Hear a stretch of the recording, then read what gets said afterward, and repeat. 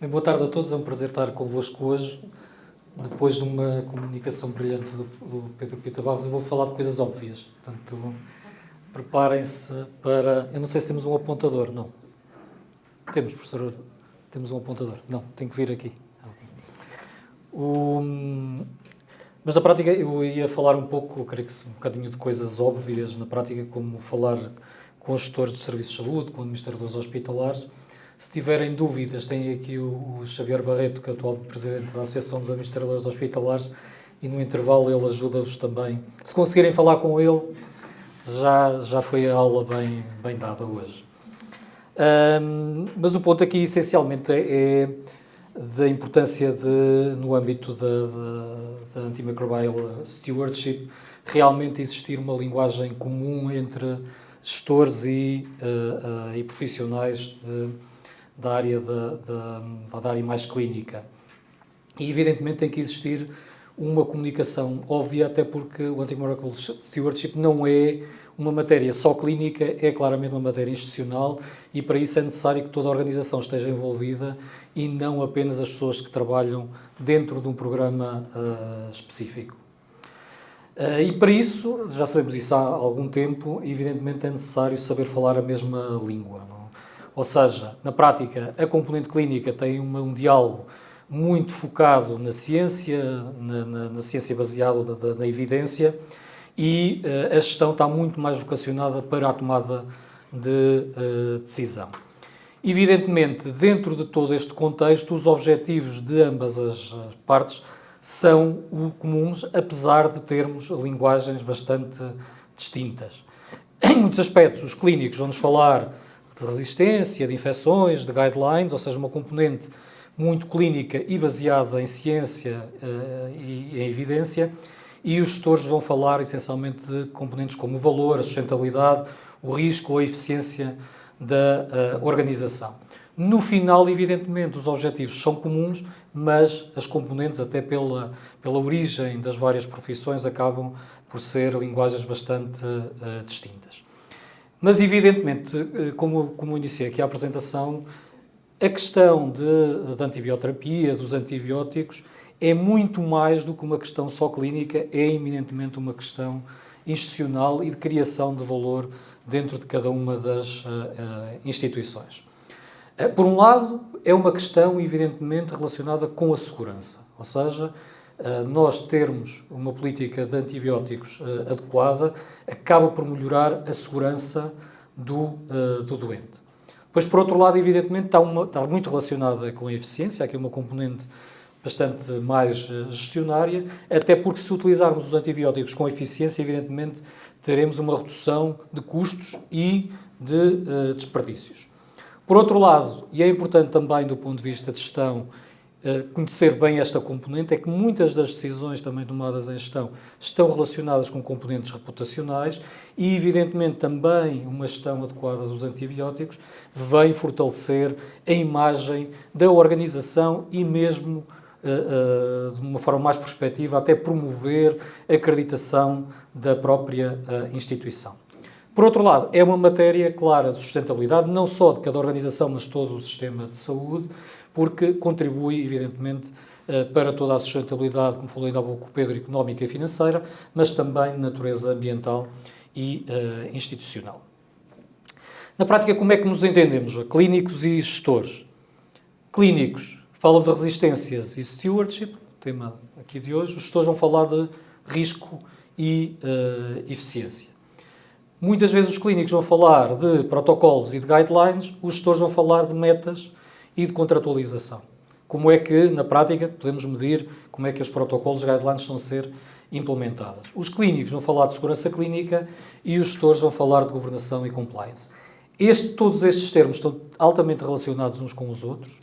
A verdade é que a linguagem de cada um dos atores vai ser diferente.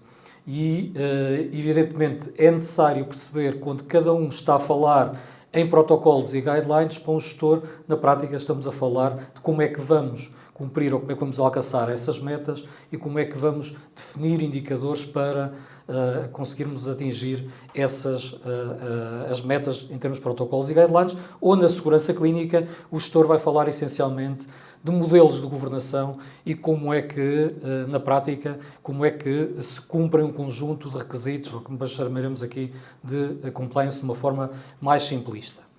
Como é que pensam então os gestores de cada uma das organizações?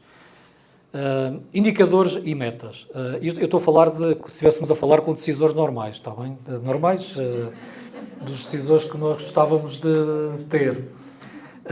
Que na prática, para um decisor, para alguém que está a gerir uma organização, o que deseja é atingir metas e que essas metas estão pré-definidas. Eu costumo dizer até nas aulas aos meus alunos que se um gestor nos primeiros 30 dias de trabalho não conseguir definir o que é que definir para si, para a organização e até discutir com o seu superior hierárquico quais é que são as metas que pretende atingir em 30, 60, 90 ou um ano, dias, dificilmente vai cumprir os objetivos. Porque é evidente, nós precisamos todos de indicadores e metas para orientarmos o nosso trabalho. Tá bem? E para um decisor, esta matéria de nós temos metas concretas a atingir e objetivos a atingir é essencial. Eu digo normais, porque em muitos aspectos nós vamos encontrar, e vocês também vão encontrar, pessoas que não têm indicadores nem metas, tá bem? Mas eu desses já não consigo falar. Mas na vossa vida certamente conhecem alguns que têm estas características.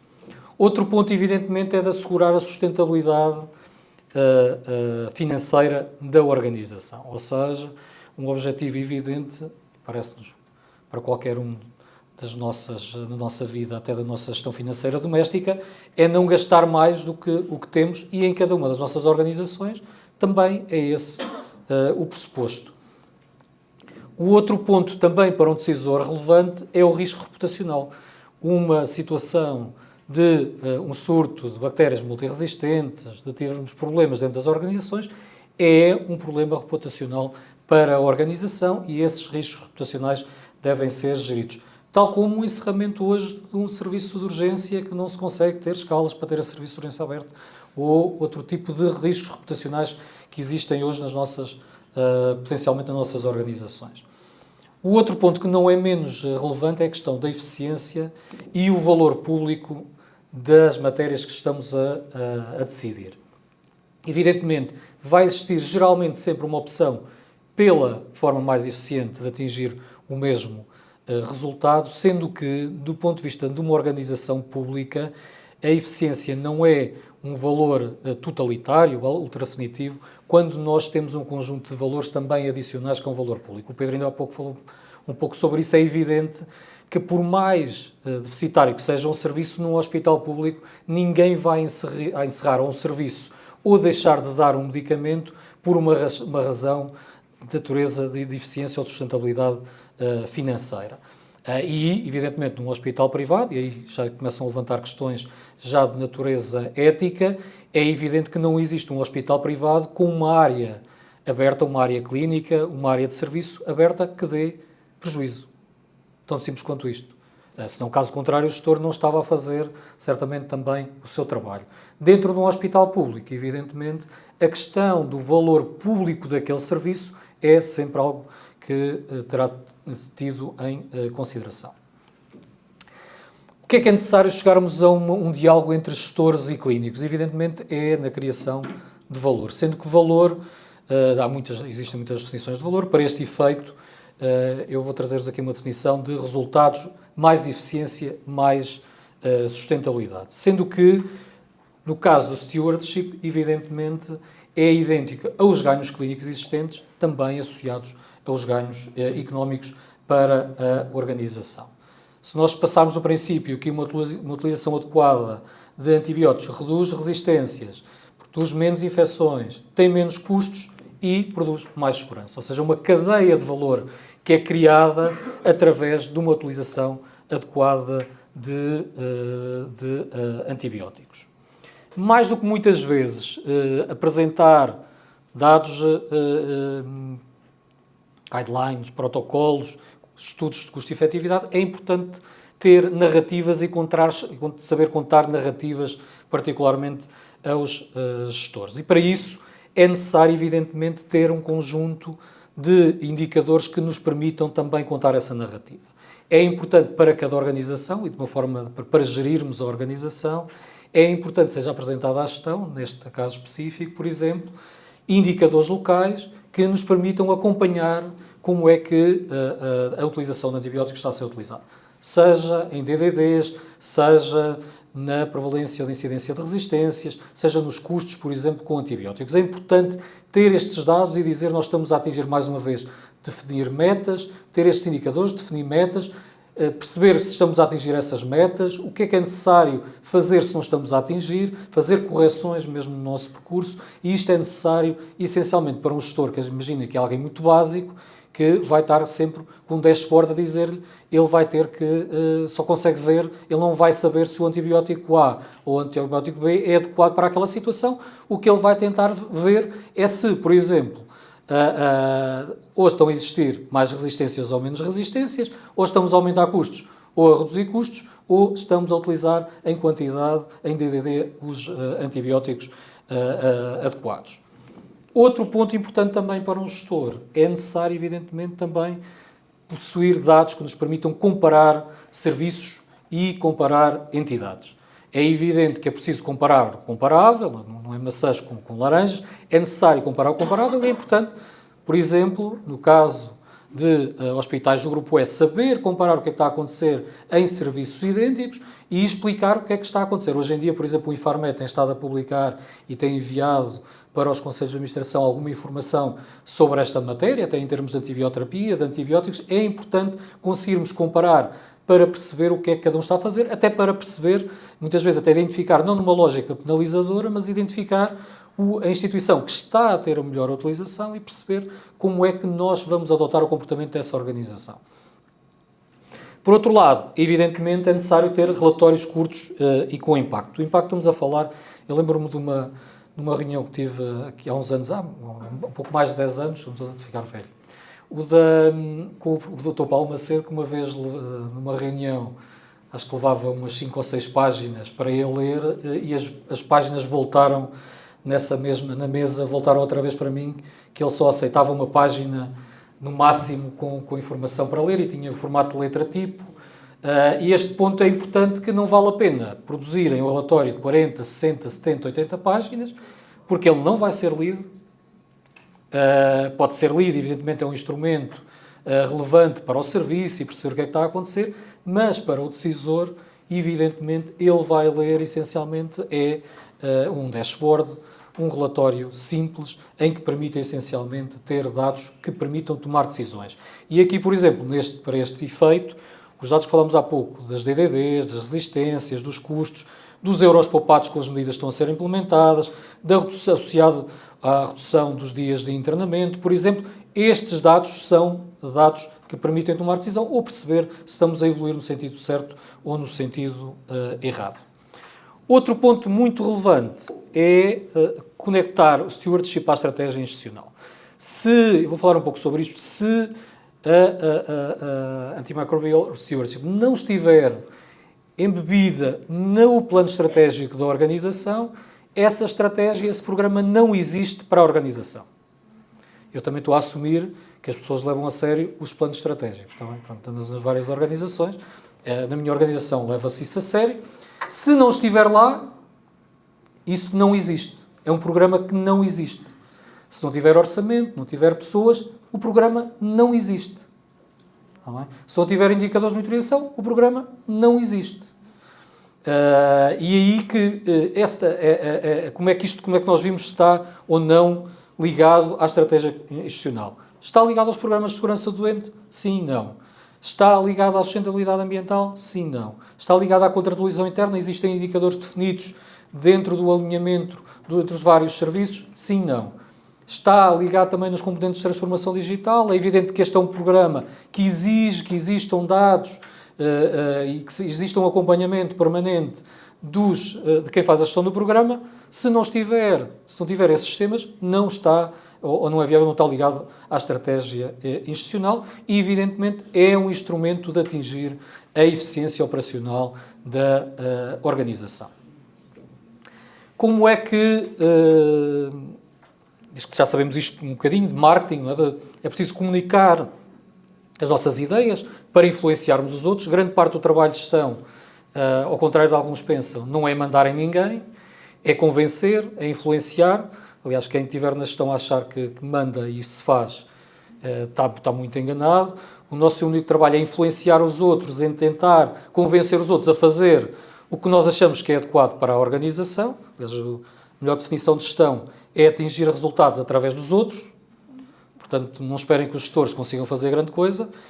Atingem resultados através das suas equipas, trabalhando com as suas equipas, convencendo as suas equipas a ir para o lado que desejamos. E para isso, como é que nós comunicamos? Temos que conhecer o interlocutor. Temos que conhecer a pessoa com quem estamos a falar. Se a pessoa que estamos a falar não liga a indicadores ou metas, a coisa complica, não é? Mas, evidentemente, nós temos que saber com quem estamos a falar.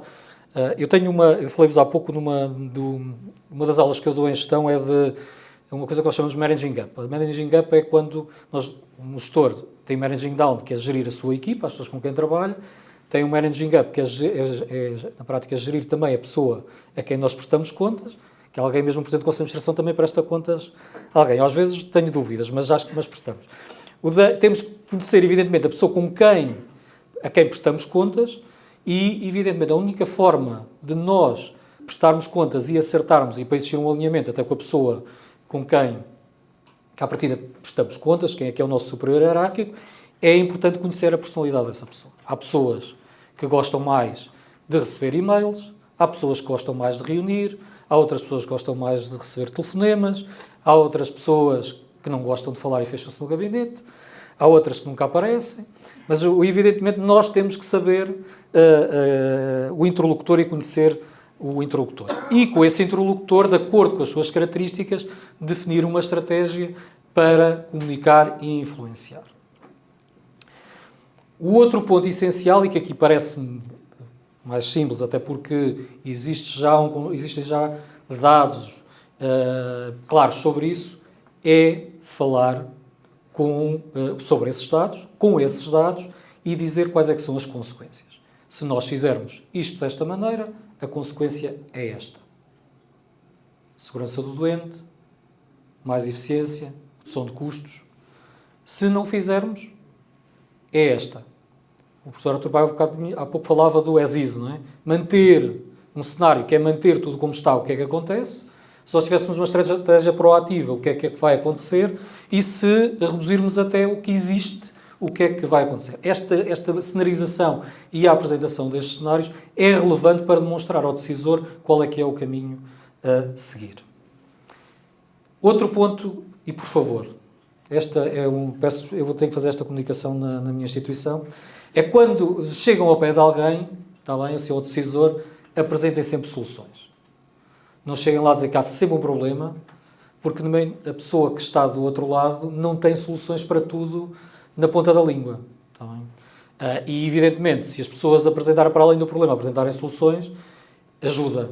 Está bem? E se as pessoas tiverem que decidir sobre potenciais soluções, ainda ajuda mais. Portanto, esta questão de, muitas vezes, com o nosso interlocutor, apresentar soluções e não apenas problemas é essencial. Outro ponto-chave, aqui, falei há pouco, formatos curtos, visuais, dashboards, sumário executivo. Coisas básicas, textos, 2, 3 parágrafos, um dashboard com indicadores, uma página. Tá bem? Geralmente costuma-se dizer que é conseguir comunicar numa viagem de elevador. Não para o primeiro andar, talvez ao 5 andares, 10 andares, tá bem? Mas é ser capaz de comunicar rapidamente para tomar decisão. Mais uma vez, relatórios do SP-CIRA, estou a falar ali para o Dr. Joaquim Oliveira, de 100 páginas, pode esquecer. Ou seja, um ponto aqui essencial é passar do argumento clínico para o argumento de valor. Por caso contrário, portanto, quando vão falar com o vosso interlocutor, não vão dizer ao Presidente do Conselho de Administração, a não ser que ele seja infecciologista, precisamos de reduzir as cefalosporinas de terceira geração. Isso não vai Mesmo à doutora Maria João, à professora Maria João, não sei se vai ter sucesso. Se lhe disserem só isto assim, precisamos reduzir a cefalosporina de terceira geração. Não sei se vai ter grande sucesso. Depois desta minha comunicação, já vão dizer, olha, professora Maria João, podemos evitar 15 infecções por Clostridium difficile e poupar 90 dias de internamento e 60 mil euros por ano. Melhor. Está bem? Muito melhor do que dizer simplesmente, não é?